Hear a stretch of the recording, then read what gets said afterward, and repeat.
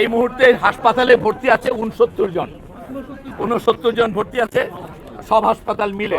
তার মধ্যে একটা চেঞ্জ হচ্ছে, সেই জন্য আমরা এই কথাগুলো পারবো যে ঢাকা মেডিকেল কলেজে 3 জন ছিলেন যারা এই হাসপাতালে এসেছেন, সিএমএইচ থেকে 3 জন পেশেন্টকে ওনারা পাঠানোর জন্য অনুমতি দিয়েছেন, অথবা ওইটাকে এখন দেখা যাবে সিএমএইচে, ওখানে 28 কিছুক্ষণ পরে ওইটা কয়েক ঘন্টা পরে চেঞ্জ হবে।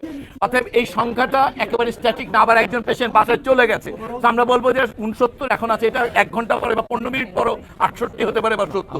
তো এটা আমরা বলছি যে এই সংখ্যাটায় খুব বেশি পিড়াপিড়ি করার কিছু নেই, কারণ রোগী আসছে বা যাচ্ছে অথবা স্ট্যাটাস চেঞ্জ হচ্ছে।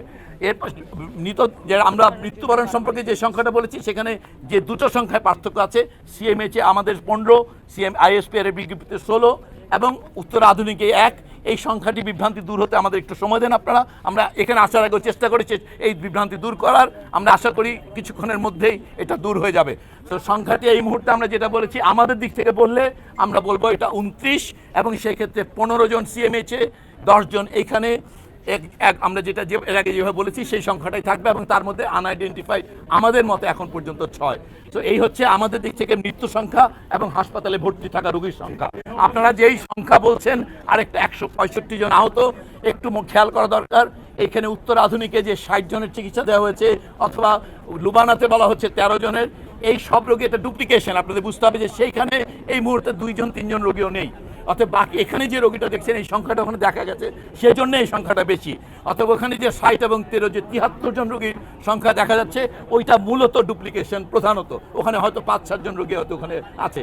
তো অতএব এই সংখ্যার বিভ্রান্তিটা, এটা একটা ইমার্জেন্সি সিচুয়েশন ছিল, সেখানে রেকর্ড কিপিং এবং মুভমেন্টের কারণে সংখ্যাটাই কিছু ওঠানামা করছে। আশা করি আপনারা আমাদের দিক থেকে যে আন্তরিক চেষ্টা এবং বাচ্চাদের জন্য দোয়া, এই দুটোই আমরা বলবো। এইমাত্র বলেছি আমরা ভাগ করে, কিন্তু যে 2 জনকে আমরা কেবিনে শিফট করিয়েছি, 10 জনকে মাল্টিডিসিপ্লিনারি ইভালুয়েশনে আউট অফ ডেঞ্জার বলা হয়েছে, বাকি 30 জন বিপদের মধ্যে আছেন, তবে তার মধ্যে 10 জনের অবস্থা আশঙ্কাজনক বলে আমাদের এই টিমের ইভালুয়েশনে বলা হয়েছে। এটাই স্পষ্ট। সিঙ্গাপুরের সিনিয়র কনসালটেন্ট এবং নার্সেস টিম এসে ইভালুয়েট করবে আমাদের এই ইভালুয়েশনের উপরে। এইখানে যে সুযোগ সুবিধা আছে সেগুলো দিয়ে চিকিৎসা করা হলে, সম্ভব হলে ওনারা ওখান থেকে আরও যদি প্রয়োজনে জনবল পড়ে তাদের আনবে। যদি এমন কোনো বিশেষ সুবিধা প্রয়োজন হয় যেটি আমাদের এই হাসপাতালে নেই, সেটার জন্য ওনারা পেশেন্ট শিফট করানোর সুপারিশ করলে সেটা করা হবে। ওনারা আজকে রাত্র 12টা থেকে 1টার দিকে আমরা আশা করছি ওনারা এসে পৌঁছাবেন। অতএব আমরা রাতে ওনারা ইন্সপেক্ট করতে পারেন, রিভিউ করতে পারেন, অথবা কালকে ভোরে ওনাদের রিভিউ করার পরে যদি সত্যি এমন কোনো চিকিৎসা সুবিধা থাকে যেটা আমাদের এখানে নেই এবং ওনারা মনে করছেন সেটা সেই রোগীর জন্য প্রয়োজন, সেই ক্ষেত্রে ওনারা সুপারিশ করলে অবশ্যই রোগীকে জরুরি ভিত্তিতে স্থানান্তরের ব্যবস্থা করা হবে।